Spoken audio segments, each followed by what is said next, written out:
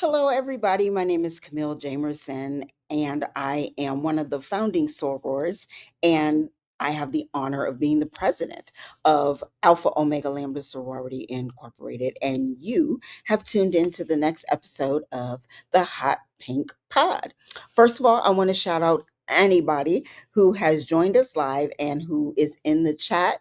Please drop in your name. Let me know where you're from. I should be in the chat as well. And I want us to have this conversation while I'm doing this episode. You can drop in your ideas, your thoughts as well. Make sure you let me know that you are there. And say, hey, if you are potentials, we're going to be looking for you. So definitely let us know that you are there. So today's episode, we're going to be talking about strategic softness. And I'm using that word strategically, because this is a new definition compared to some of the things that you may have seen or heard before. When I saw this trend a few years back, and I want to say that it started with an African influencer. I've even done an episode about this on my personal podcast called Life at the Half. So this has been some years that I've researched this. And what I've discovered is that um, based on what other people and influencers were saying that the soft life was, um, based on their definition, I didn't think that I was qualified. I didn't think that I could be a part of that, because when people talk about the soft life, it's usually framed as luxury travel and endless leisure and opting out of work altogether. And whereas I am a first class flight snob, I love to travel. I don't have the option to have endless leisure. I don't have the option to opt out of work. My husband has not retired me. I work every day, right? And I do understand that there are some women who have that luxury, particularly and even Black women. And that may be some folks' version of what a soft life is, but I don't think it's the whole truth. And today we're going to reframe that. Strategic softness is not about doing nothing. It's about doing things on purpose. It's about choosing systems that protect your boundaries, that honor your time, and rhythms that allow you to show up whole. This is this definition for me was really difficult because even though I believe it, it's hard to internalize it.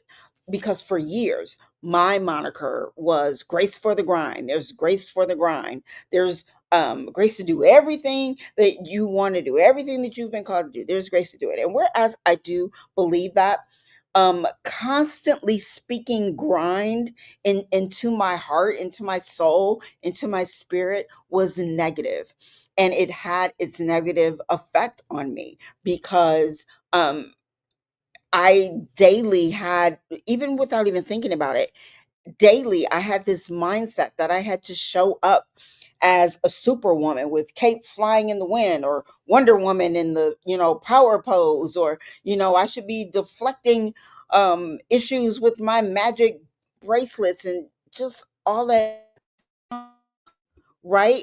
It really prevented me from being able to embrace this. So especially for women and Black women, uh, this is why, because softness has never been handed to us or even attributed to us for many reasons. We've had to be harder, or we've had to show up as tenacious and strong because we could not afford for the walls to come down and to show softness or vulnerability because no place felt safe.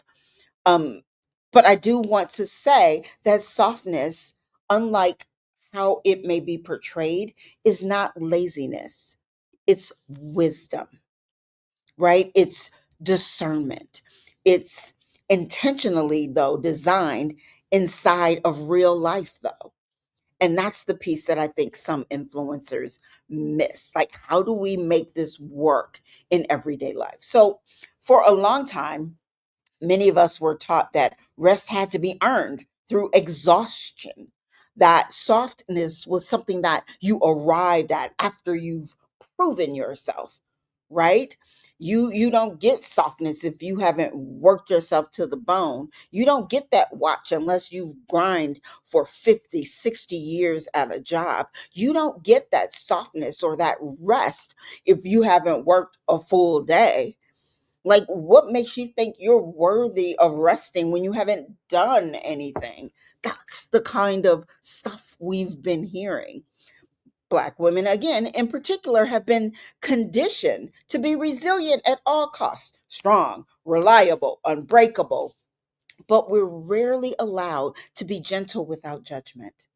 So when the soft life is only presented as like luxury and escape, it quietly excludes women like me who are managing families, careers, businesses, communities, responsibilities, opportunities like this. And it suggests that if you can't totally opt out, then you can't opt in to softness. And that framing is incomplete and honestly, it's harmful. This conversation matters because softness should be accessible to all of us. It should be practical and sustainable and not performative, not some aspirational theater. It should be real. So, what is strategic softness? Let me define what I mean by that. First, strategic softness is design over impulse, right? You don't stumble into ease. You got a plan for it. You anticipate your needs in advance. You make decisions ahead of time that reduce friction for you later. Secondly, it's systems over sacrifice. Softness does not work because you give up everything. It works because you put structures in place that support you consistently. And third, it's boundaries over bravado, meaning that strategic softness means that you stop trying to prove how much you can endure. And I'm talking to somebody. You stop trying to prove how much you can carry, how much load you can take without it breaking you. And you start instead choosing what you no longer need to tolerate. Softness is not the absence of effort, it's the absence of unnecessary strain. I'm going to say that again. Softness is not the absence of effort. Okay. It's not laying around eating bonbons with your feet crossed and watching Beyond the Gates, which is my jam, all day long. That's not what it is. That could be, and you can enjoy yourself and rest that way, but that's not the totality of what softness is. Softness, again, is not the absence of effort. It is the absence of unnecessary strain. And now I'm messing it up. I got to make sure I remember my own quote. Guys, somebody drop it in the chat. Softness is not the absence of effort. It is the absence of unnecessary strain. Drop it in the chat. That's going to help somebody when they come back and watch this later on. They're going to see that quote and remember it. So, what does practical softness look like in real life, right?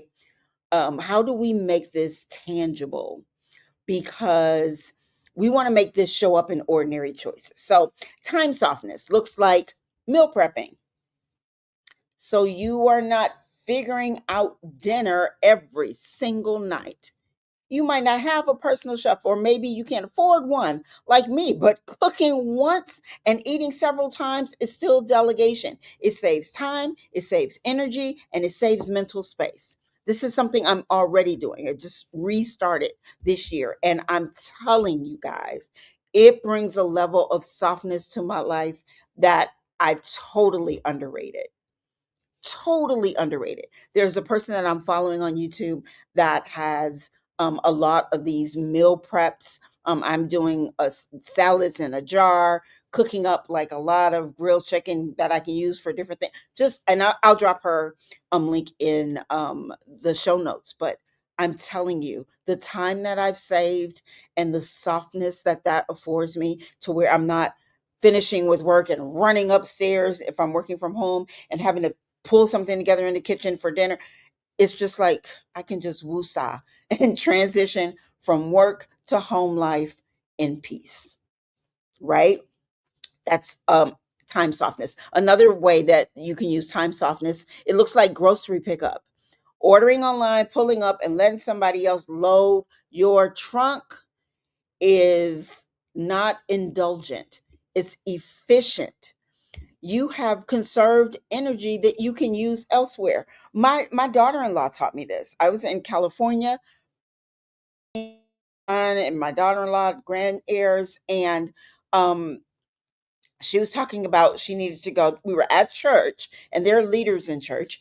And she was like, oh man, we got to go to the grocery store and get these things so we can have what we need for dinner and for stuff tomorrow and blah, blah, blah. Um, and she was on her phone and I'm like, well, Angela, what we can do is I can go to the grocery store because I know you guys still have to close up here. There's one not too far from the church. I can go and do that. You can do this, and then by the time I'm done, I'll come back, swing back and get you guys. She was like, oh no, I just ordered them. They'll be ready and we can just stop on the way home and they'll just put them in the trunk. And I was just like, ma'am, excuse me, somebody else picked your groceries for you, right? um and it was just like somebody just screwed a light bulb in. I'm like, duh, duh, right? It's a simple thing, but it saves her so much time. She's not wandering the aisles trying to find things. And there's so many ways that you can put parameters on there to give people an idea of what you like and what you want. Um, and I was just like, well, that's amazing. I'm going to do that. Right?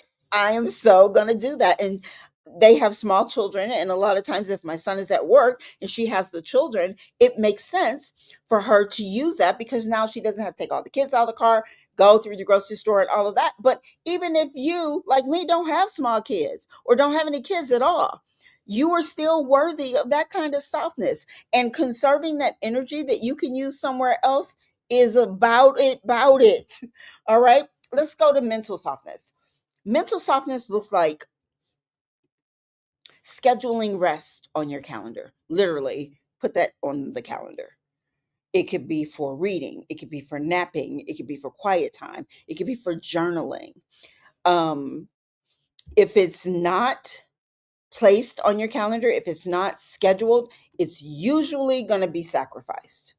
You have to schedule rest like a meeting because it really is. It's the time where you can really meet with yourself and ask yourself some questions like, how am I doing today?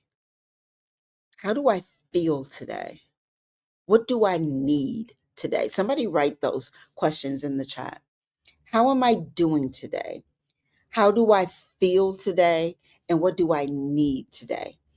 You need to carve out space and time for you to ask those kinds of questions of yourself and really listen to yourself and your body. And if you are a person of faith like myself, you can use that time for prayer and meditation, right? But you got to schedule it because if you don't schedule it, it will get sacrificed. Another way for mental softness to show up is it looks like reducing daily decisions. So, like before, having repeat meals you enjoy, have a standard morning routine, have a simple night reset, right? Whereas you're doing the same thing when you wake up every morning. Your routine is this. When it's time for you to wind down, your routine is this. And those routines afford you a level of softness that says that I am worthy of this time that I have set aside for my routine and my reset. Those fewer choices equals a less cognitive load for you. So, body and home softness looks like wearing clothes that calm your nervous system instead of punishing you. Like, big, comfortable sweat clothes that don't cling to you and show every bump and dimple. It looks like wearing comfortable fabrics, easy silhouettes, right? Things that let you breathe. It looks like preparing for tomorrow the night before, laying out those clothes, charging up your phone, setting yourself up in the morning, whether it's your breakfast, your coffee pot, whatever. So the morning doesn't start in chaos, right? Um, None of this is flashy. Nothing that I said really costs anything, if anything, right? Because the next step would be to do things like, even maybe even if it's just once a month, getting somebody else to do your laundry, send your laundry out. I know for some of you, you like, oh, it's really, and I know it's relative, but it's really not as expensive as you think it is. And the time that you save, oh my word, oh my word.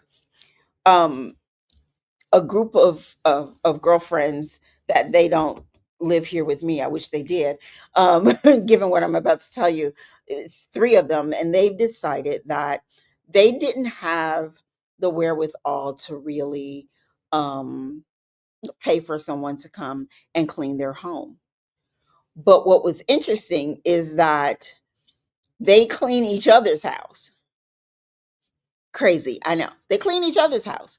So they take turns, whether it's once a quarter or every other month. I forgot how Tab and those guys do it. But they clean each other's house. And it's oddly not a burden for you to serve your sister, whereas it shows up as a burden for you to serve yourself and clean your own place. Isn't that crazy? So that little luxury of having someone else clean your home, even if it's your girlfriend, shows up as softness for you in that moment. And then you get the opportunity to reciprocate by doing it for her that next month, or what have you. So that might be something that you consider, especially those of you who have girlfriend circles who are building them, those of you that are in our sorority, something you might want to consider later on down the road, whether it's house cleaning or doing meals for each other, what have you. In the Black community, that's something, especially if a sister is down, that's something that's normal for us, and we've gotten away from that. We would go over to somebody's house, just show up, clean up, Lysol slinging everywhere, right? Making meals, getting in their closet, doing that laundry, doing all the things to help. And we've gotten away from that somewhat. But I surmise that this is another way we can integrate it in creating soft spaces or soft seasons for each other. So, again, none of this is flashy. It's all powerful, though. And this is what softness looks like when your life is already full. So, you're probably wondering, like, okay, Camille, why are you talking about this on a sorority podcast? Because this is where sisterhood matters. Strategic softness is easier to sustain in community, like the example that I just gave you, right? In spaces where you don't have to perform strength, kind of where wisdom is shared instead of this big compare game, where support, again, like the example I just gave, is practical, right? Not just emotional. And to hold each other accountable when you see somebody kind of going back into that grind mode, like, hey, hey, hey, time out. Have you given yourself a minute to kind of reset and get yourself together? Have you given yourself some grace this week? You worked your tail off last week. And we know because we're in community, right? We know this because we talk, because we're in the chat. Everybody kind of knows what's happening. We've got a Sora right now because of the winter storms that are going on, and because of her job and her new position. She's been on the clock these last couple of days, and so she checked in, let us know what was happening. Um, but we also need to check back in with her, like, hey, hey, hey, You good? You take a minute to rest, to reset, to give your soul some softness, right? So that's the power of sisterhood. It's the accountability part. It's making sure that we're making those spaces for each other and reminding each other that you are worthy of rest, that you are worthy of softness. And if you're a potential watching this, this is the kind of culture that we are working to build with Alpha Omega Lambda Sorority. And those of you that are sorors already, please drop in the chat if I'm telling the truth, that's how we try to show up. That we look for each other, we look out for each other, and we remind each other that hey, go to bed. Are you eating well? We get in the chat, start talking about supplements, all kinds of the conversations be conversating. Everything from menopause to popcorn. I mean, it's just because there's an accountability there to make certain that we're treating our souls well. And we want those of you who are potentials, we want to invite you to consider us for your sisterhood needs to be a part of that. In this sisterhood, we're not striving though for perfection. So know that now. We're building sustainability. And we understand that softness is not about escaping responsibility, but it's about being supported while you're carrying it. And that's the kind of softness that I think that lasts. And that is the kind that I think we'll model together, right? So finally, softness does not look the same for everyone, though, and it shouldn't. It's going to look different contingent upon what you have going on. But I do want to leave you with this question. Where does your life need more intention instead of endurance? I'm going to ask the question again. Where does your life, and somebody drop it in the chat for me, where does your life need more intention instead of endurance? What area of your life needs you to just kind of grab a hold of it and change it, restructure it, redo it, instead of just trying to endure and plow through it? I'll give you an example. For me, I need to put more intention around in two spaces, in exercising and organizing how I clean my home. I need to build a system for that, instead of just blowing 3 or 4 weekends cleaning it from top to bottom and losing so much of my time. I need to better organize how I do that. And I need to really build a system of intentionality around that instead of just enduring. So that's the question on the floor.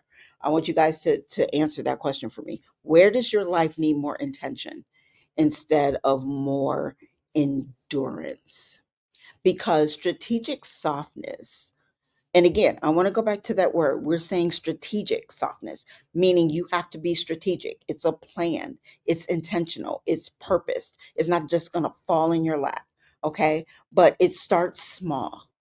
It starts with one system, with one boundary, one choice that makes your life feel lighter without requiring permission. And if this version of softness kind of resonates with you, the kind that's thoughtful, that's grounded, and that's built for real life, then I think you're already closer than you think. Because you, first of all, are here with us. So you are either a part of the sorority or maybe interested in getting something that your soul needs in a sisterhood. And you might already understand that it's like this kind of winging it and doing life by myself is for the birds and it's hard. And we offer a safe place for you to come do life with us, right? So as you notice on the bottom of the screen, it's been scrolling from the very beginning. an opportunity to find out more about us. If you haven't already, please go to our website at www.alphaomegalambda.com. Hit the I'm interested button. We ask you a couple of questions about kind of where you are in your sisterhood journey. And once we get that, I will personally reach out to you with an email and more information about us. At the taping of this, we have an interest meeting coming up in about a week, February 4th ish. And then we have another one on February the 11th. If you're watching this after that season, then please make sure that you get on our socials so you can find out when the next fall or spring recruitment will be. But for this one, we have two interest meetings coming up, but they're virtual. You only can get the link if we have your information. So it's really important, if you haven't already, to go to www.alphaomegalambda.com. Check out our website. If something stands out to you, it interests you, click the I'm interested button. Let us know that you're interested in getting more information about us. And then we will send you, again, an email. Those of you that have done that already, you should already have an email with the Zoom link and a very important document called Before You Decide. That document is critical to read before you come to the interest meeting. And those of you who are interested who haven't gave us your information, please do so as soon as you can so you have a chance to go through that document before the interest meeting.